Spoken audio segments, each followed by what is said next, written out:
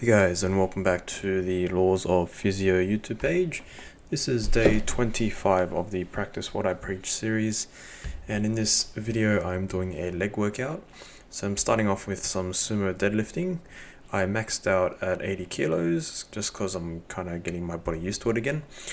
Followed up with a little bit of leg pressing, and then finished off with arms because why not? And the main thing about this video is I'm still slowly working up to some weight. I'm still kind of easing my body back into some sort of movement. And this is important when you're getting it back to some kind of sport.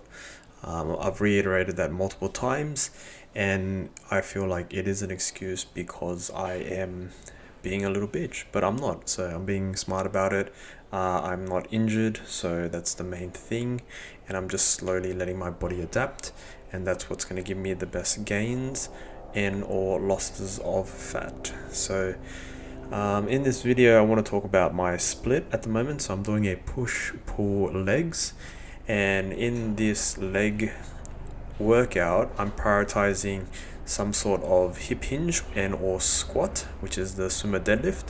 I feel like it's a bit of both, and it's also kind of like a hamstring focus. So I'm focusing on my glutes, my hamstring, my posterior chain, my core, and then to balance the posterior I've got to do the anterior, which is the leg pressing that I'm doing. So just slowly working up, getting my kind of leg and my quads stronger, and getting used to being in that seated position and lifting that much weight. And then just finishing off my workout, I had a bit of time left over, so I'm going to start incorporating cardio soon. But in the meantime, I want to get juicy arms, because who doesn't want juicy arms? So just a bit of bicep curling and a little bit of overhead tricep extension. So that's the workout for today. Yeah, I've really got nothing else to talk about. So I've got about 3 minutes to go before the end of the video. And I've gotten some feedback from you guys saying that you only watch it as long as I'm talking. So I'm going to talk or not. I might cut it short because I got nothing else to really talk about.